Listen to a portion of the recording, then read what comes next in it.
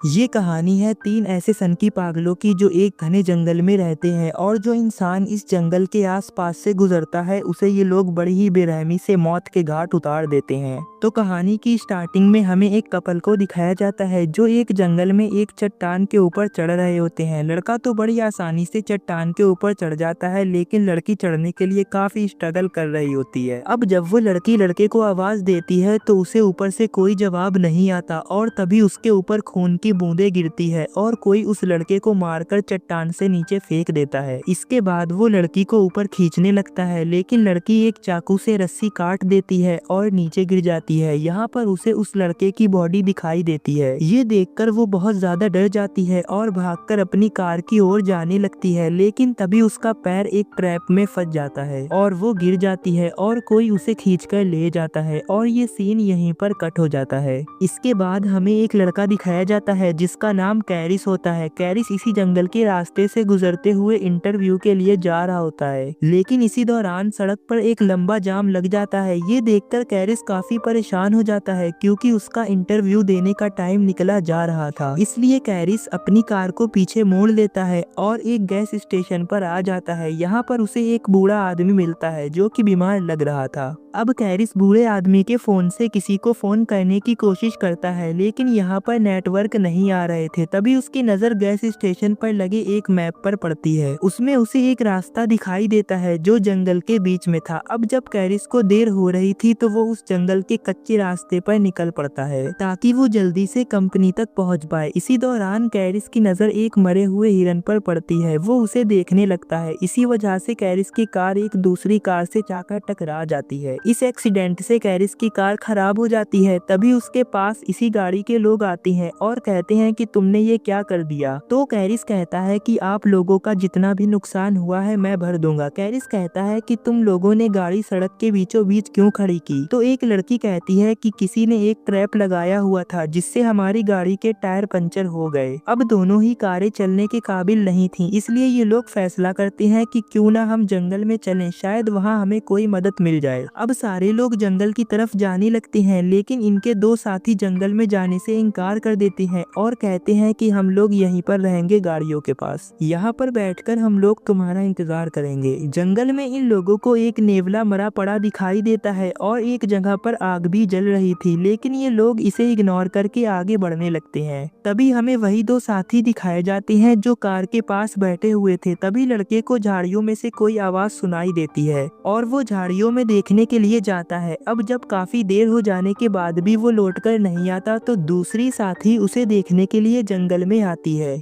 यहाँ पर उसे उस लड़के का शूज मिलता है और थोड़ी ही आगे उसे एक कटा हुआ कान नजर आता है। ये देखकर वो बहुत ज्यादा डर जाती है और रोने लगती है। इसी दौरान इस लड़की को पीछे से कोई पकड़ लेता है और बड़ी ही बेरहमी से मार डालता है। इधर ये चारों लोग जंगल में मदद ढूंढते ढूंढते एक जगह पर आ जाते हैं। यहाँ पर इन लोगों को जंगल के बीच में एक घर दिखाई देता है। ये देखकर कैरिस घर का गेट नॉक करता है और मदद मांगता है लेकिन घर के अंदर से कोई जवाब नहीं आता। इसलिए कैरिस घर का गेट ही तोड़ देता है और घर में आने के बाद ये लोग घर की तलाशी करने लगते हैं। ये घर काफी अजीब लग रहा था। तभी एक लड़की को बाथरूम लगाता है और वो बाथरूम में आ जाती है। इसी दौरान इन लोगों को वही नुकीले तार नजर आते हैं जिससे इनकी कार को पंचर किया गया था। ये देखकर ये लोग बहुत ज्यादा डर जाते हैं और समझ जाते हैं कि ये जिसका भी घर है वो इंसान बिल्कुल भी ठीक नहीं है। तभी उस लड़की को बाथरूम में एक कटा हुआ हाथ दिखाई देता है। ये सब देखकर ये लोग यहाँ से भागने का फैसला करते हैं लेकिन जैसे ही ये लोग घर के गेट पर आते हैं तो इन लोगों को एक ट्रक अपनी ओर आता हुआ दिखाई देता है। ये देखकर ये लोग घर के अंदर ही डूब जाते हैं और इसके बाद एक आदमी घर के अंदर आता है और उसी लड़की की बॉडी को जमीन पर फेंकता है जिसे उसने अभी अभी मारा था। ये सब होते हुए ये चारों लोग एक जगह पर डूबकर देख रहे होते हैं। अपनी दोस्त की बॉडी देखकर ये लोग बहुत ज्यादा खौफजदा हो जाते हैं। अब वो आदमी उस लड़की की बॉडी को एक टेबल पर रखता है और उसे काटने लगता है। थोड़ी थोड़ी देर बाद वो आदमखोर आदमी सो जाता है और अब ये चारों लोग आहिस्ता आहिस्ता अपने कदम गेट की ओर बढ़ाने लगते हैं। बाकी के 3 लोग तो घर से बाहर निकल आते हैं, लेकिन जब कैरिस गेट पर खड़ा होता है तो वो आदमखोर उसे देख लेता है। ये देखकर कैरिस और बाकी के साथी भागने लगते हैं और वो तीनों आदमखोर अपने ट्रक में बैठकर कहीं चले जाते हैं। अब ये चारों लोग एक जगह पर आते हैं। यहाँ इन्हें बहुत सी कारें खड़ी नजर आती है और ये सब वही कारें हैं जिनके लोगों को इन तीनों आदमखोरों ने मारा है।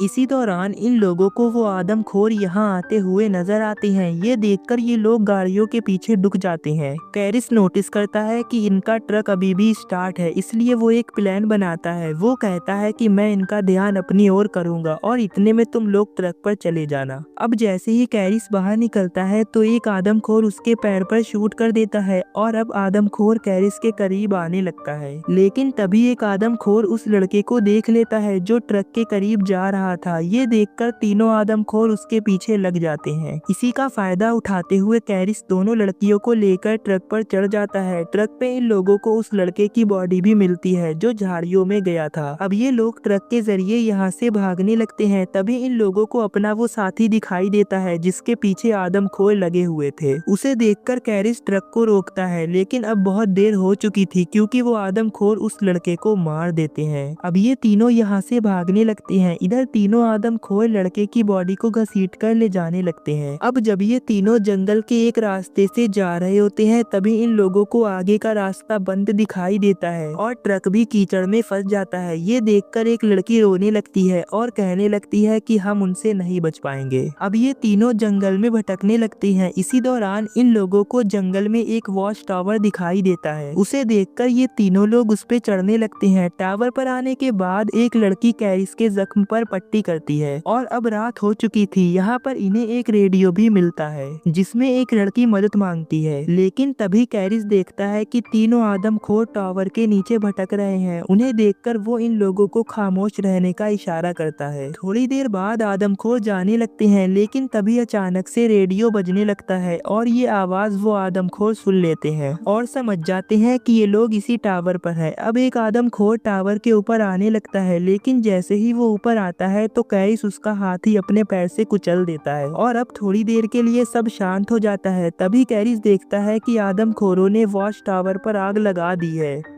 आग की लपटों को देखकर ये लोग कूदने का फैसला करते हैं और एक एक करके पेड़ पर कूद जाते हैं, लेकिन आदमखोरों ने इन लोगों को देख लिया था। इसलिए एक आदमखोर पेड़ पर चढ़ने लगता है और ऊपर चढ़कर एक लड़की का सर ही धड़ से अलग कर देता है। इसके बाद वो दूसरी लड़की के करीब आने लगता है, लेकिन तभी कैरिस पेड़ की एक डाल खींचकर उस आदमखोर को मारता है और वो पेड़ से नीचे गिर जाता है। ये देखकर तीनों आदमखोर यहाँ से चले जाते हैं। इसके बाद ये दोनों आकर झरने के पीछे डूब जाते हैं और सुबह होते ही यहाँ से निकलने लगते हैं और तभी इन लोगों को रोड नजर आता है। रोड देखकर दोनों ही काफी खुश हो जाते हैं, लेकिन इसी दौरान एक आदमखोर आ जाता है और इन दोनों पर अटैक कर देता है। कैरिस ऊंचाई से नीचे गिर जाता है और वो आदमखोर उस लड़की को पकड़ लेता है। तभी कैरिस को रोड पर एक पुलिस कार नजर आती है। वो उसे रोकता है, लेकिन जैसे ही पुलिस ऑफिसर कार से बाहर आता है तो वो आदमखोर एक तीर से उसे मार देता है। ये देखकर कैरिस एक जगह पर छुप जाता है और जैसे ही आदमखोर पुलिस ऑफिसर की बॉडी को कार में रखकर ले जा रहा होता है तभी कैरिस कार के नीचे के पार्ट को पकड़कर उसके साथ ही चलने लगता है। अब आदमखोर अपने घर आ जाता है। यहाँ पर इन आदमखोरों ने उस लड़की को बांधा हुआ था। अब जैसे ही वो आदमखोर उस लड़की को मारने वाला ही होता है तभी कैरिस घर में आग लगा देता है और एक कार से घर के अंदर एंट्री करता है। अब ये दोनों कुछ देर इन आदमखोरों से फाइट करते हैं और इन्हें हरा देते हैं। इसके बाद ये दोनों घर से बाहर निकलते हैं। बाहर निकलकर कैरिस एक सिलेंडर पर शूट कर देता है जिससे पूरा घर जलकर राख हो जाता है। इसके बाद कैरिस उसी गैस स्टेशन पर आता है और उस मैप को निकाल देता है ताकि और कोई वहां ना जाए और अब ये दोनों यहाँ से चले जाते हैं। लेकिन इसके बाद हम देखते हैं कि एक पुलिस ऑफिसर उन्हीं आदमखोरों के घर के बाहर है और तभी एक आदमखोर आकर उसे एक कुल्हाड़ी से मार देता है जो कि अभी भी जिंदा था और इसी के साथ ही ये मूवी यहीं पर एंड हो जाती है।